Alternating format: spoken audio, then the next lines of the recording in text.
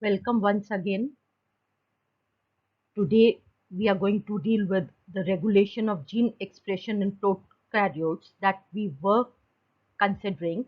Last time we had done about the the lac-operon. Today we are going to deal with another operon of the bacterial system, the E. coli system, and that is the tripoperon.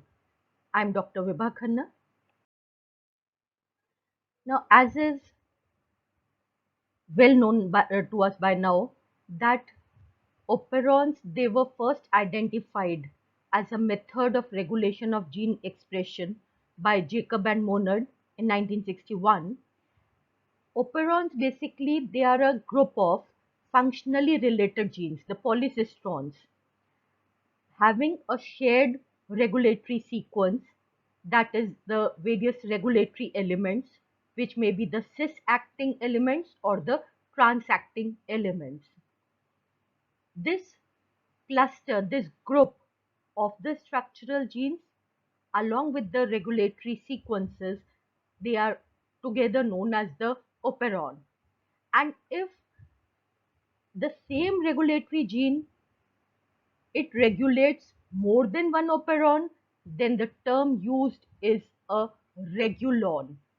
That is more than one operons, all of them regulated by the same regulatory gene, the product of the same regulatory gene, the transacting gene.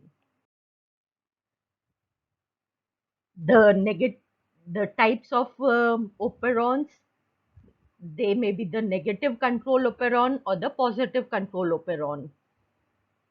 Positive control operons, they are the ones which are usually turned on by some regulatory protein. The example of this positive control operon that we have done is the catabolite repression part uh, of the lac-operon, wherein the cap protein in association with the cyclic AMP, it exerted positive control over the lac-operon in the presence of glucose, rather in the absence of glucose.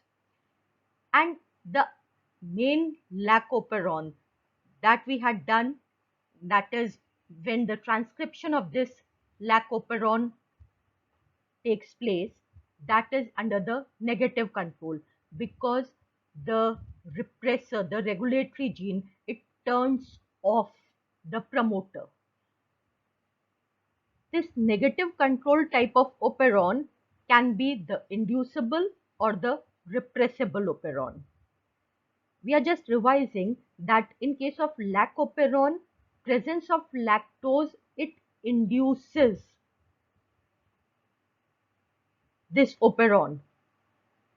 Generally, it is off, and in the absence of the inducer, this operator is blocked by the repressor molecule, and when the inducer, that is lactose, lactose in our case, is present, it acts in the form of uh, in L-lactose and interacts with this repressor protein. So, lac-operon was an example of inducible operon.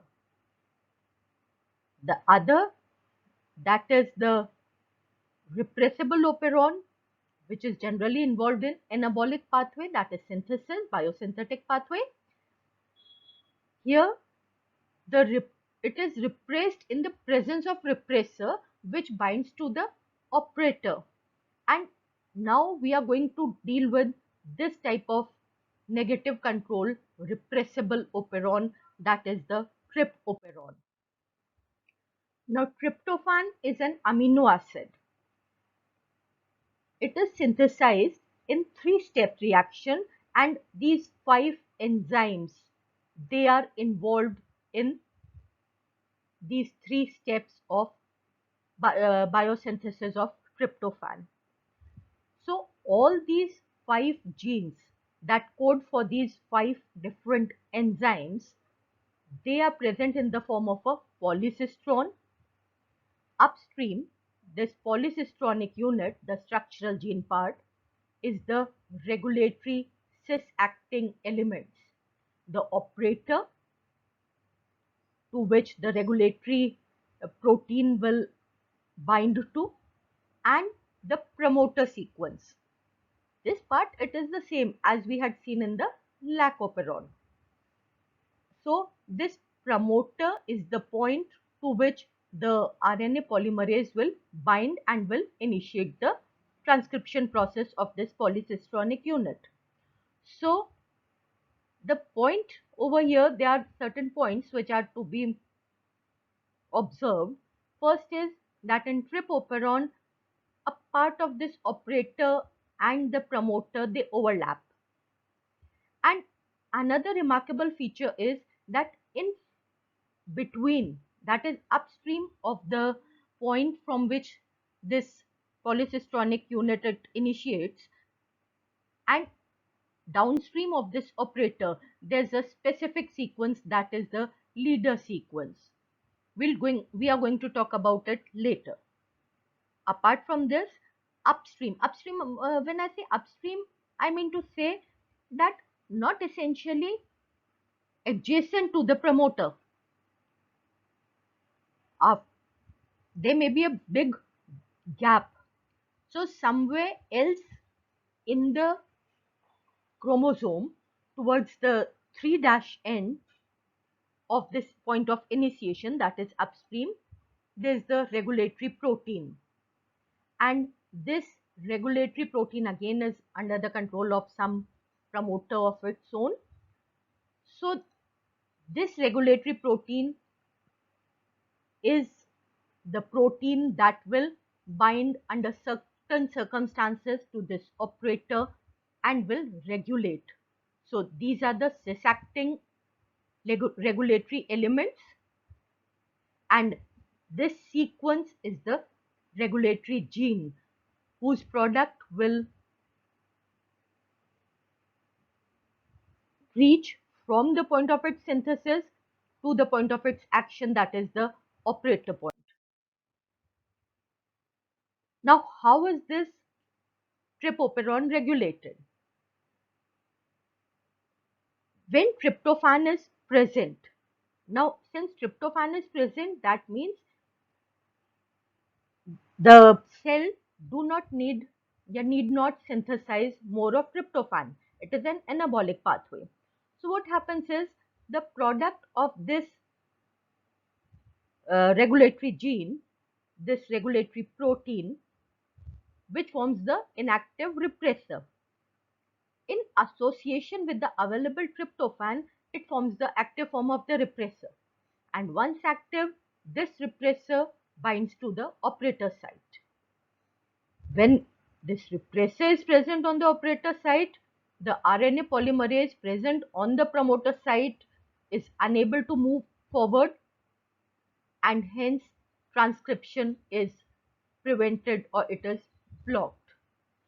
Now, if tryptophan is not present, when tryptophan is not present, that means that the regulatory protein that is formed, it is only in its inactive form because it has to be activated by the presence of the tryptophan molecules. So it is unable to bind to the operator, and now this RNA polymerase is free to move ahead and carry on transcription. It is present over here, so that means this transcription will be first of the leader sequence and then of the polycistronic sequence. So this operon is now active, or it is free until and unless sufficient amount of tryptophan is synthesized. These 5 enzymes, they will be synthesized, and more tryptophan will be built up in the cell. So this is the regulation of your tripoperon. Now, we have said that upstream of the point of initiation of the polycistronic unit is present the leader sequence.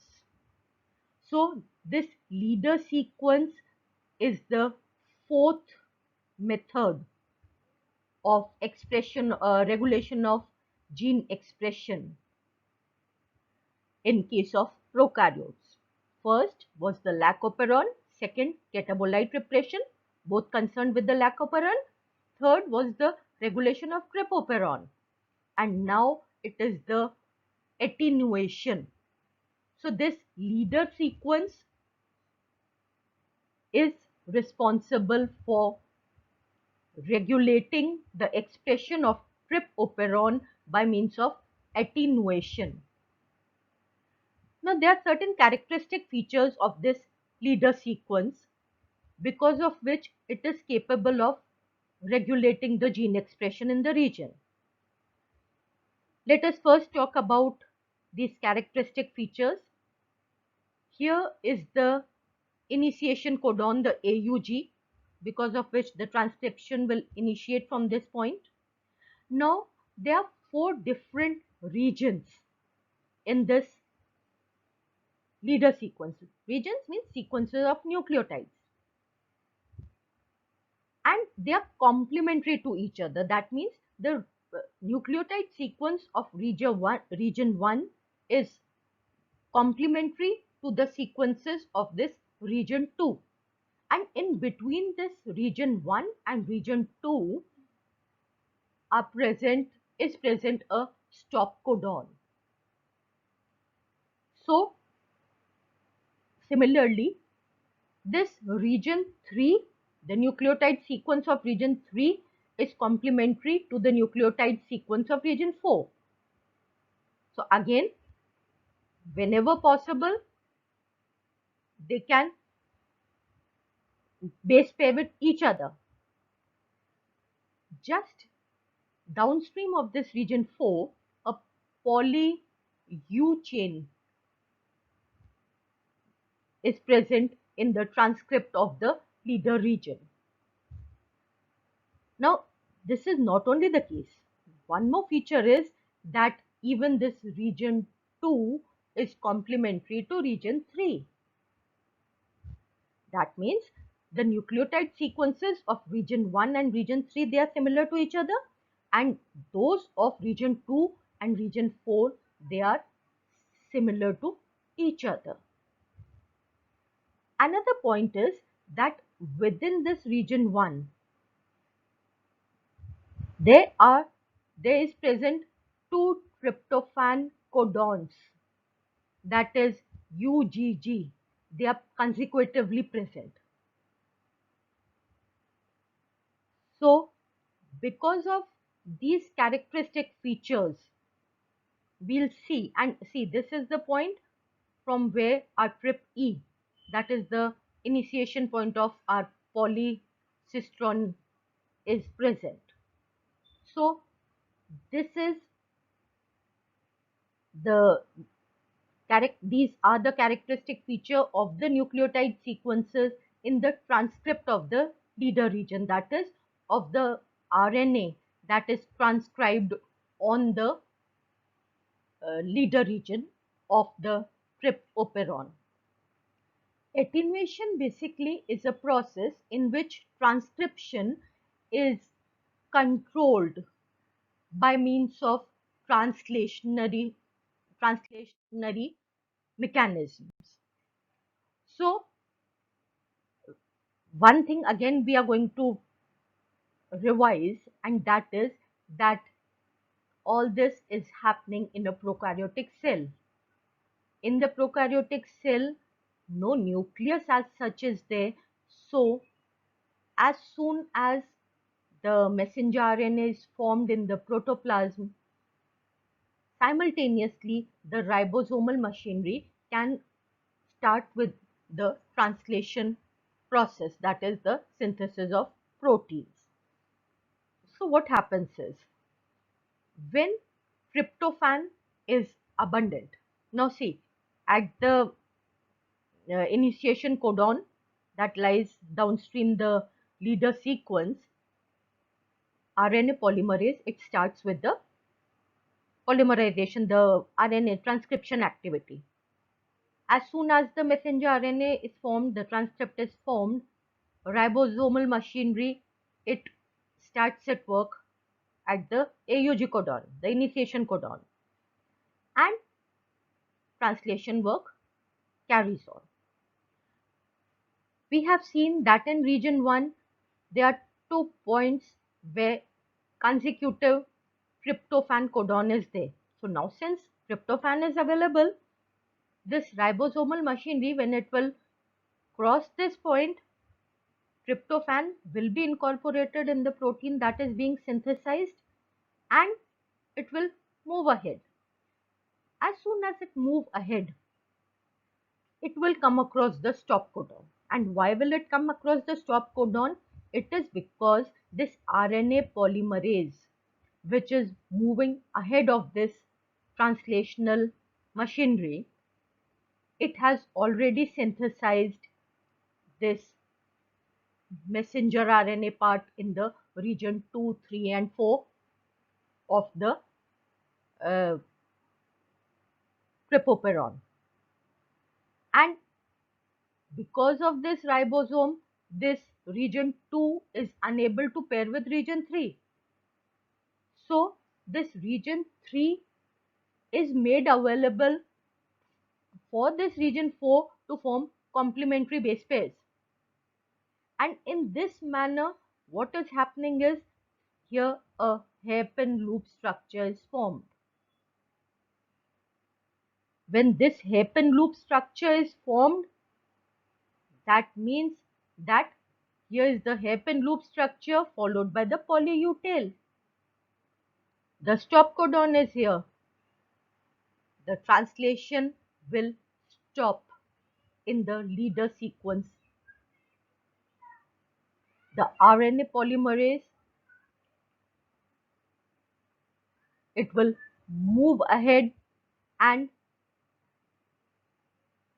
in this manner, since tryptophan is in abundance, this RNA polymerase, when it comes across this poly U, this hairpin loop followed by the poly U tail, even it will disassociate from the nucleotide sequence of the gene. So in this manner, this translation, it will end over here at the stop codon present between the region 1 and 2, and this RNA polymerase, which was moving ahead of this ribosomal complex, it will encounter the hairpin loop structure formed by the region 3 and 4 followed by the poly U, and this is the signal for termination of transcription. So even the transcription will end, no enzymes will be formed because the polycistronic unit is not transcribed, and this will terminate. Now, if there is scarcity of this tryptophan, that means now the cell needs these enzymes to synthesize more of tryptophan.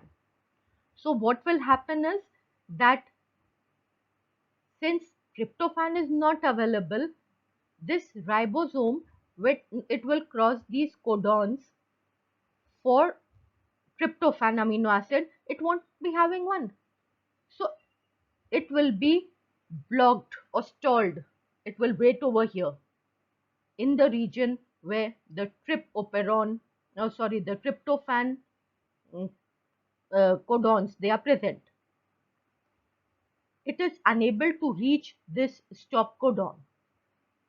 So now it is not blocking the region 2nd transcript from forming complementary base pairs with the region 3 of the transcript. So as soon as this region 3 is formed, it will base pair with the complementary sequences present in region 2. And since these nucleotides, they have already formed a pair with the region 2, region 4 remains free. No hairpin loop ahead of this poly U tail.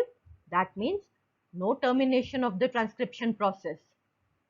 The RNA polymerase will move further to the polycistronic unit, and this polycistron will be transcribed resulting in the formation of tryptophan.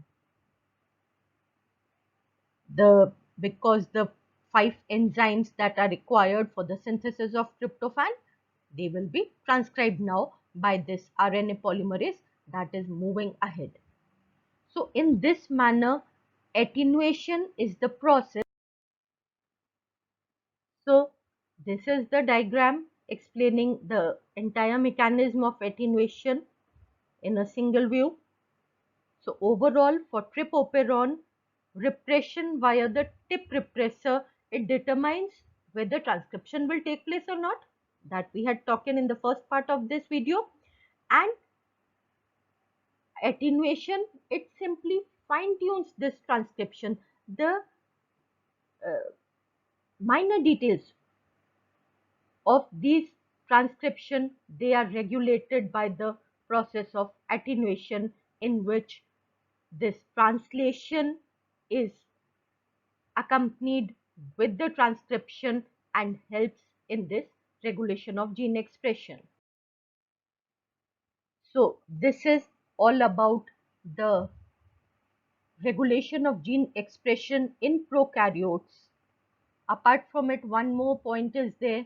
The fifth type is the presence of some sigma factors, the sigma factor of the RNA polymerase enzyme.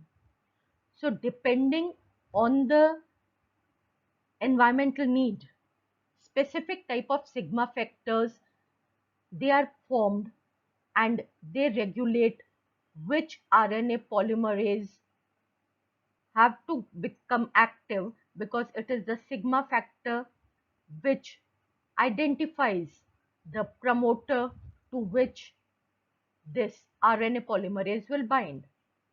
So in these two videos, we have basically talked about in detail about the 4 processes of regulation of gene expression, and the fifth is by means of or by use of specific sigma factors. Also, this gene expression can be regulated in prokaryotes. So in the upcoming video, we'll be talking about the regulation of gene expression in eukaryotes. Thank you.